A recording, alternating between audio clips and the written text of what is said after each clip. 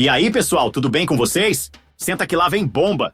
A segunda temporada finalmente chega hoje, e não é só mais drama. É sobrevivência, é família em campo de batalha emocional, é justiça com toque de romance e pulga atrás da orelha. Se você amou a primeira temporada, se prepara! O game mudou, e agora o enredo vem com mais adrenalina na veia. Se liga porque isso vai pegar fogo! Imagine 6 irmãos jogados no caos de Istambul, sem paz, sem grana, mas com uma união que nem Supercola quebra. Saip Sizzler, que significa algo como Os Sem Donos ou Os Abandonados, estreou em 13 de novembro de 2024 na Star TV.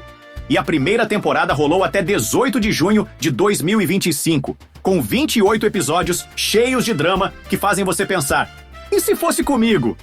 Inspirada em histórias reais de sobrevivência, laços de sangue que viram correntes e vinganças que fermentam como vinho velho, essa trama é tipo um cruzamento entre Kardashian e Shakhsiyyat, mas com um tempero extra de órfãos resilientes nas ruas de Istambul.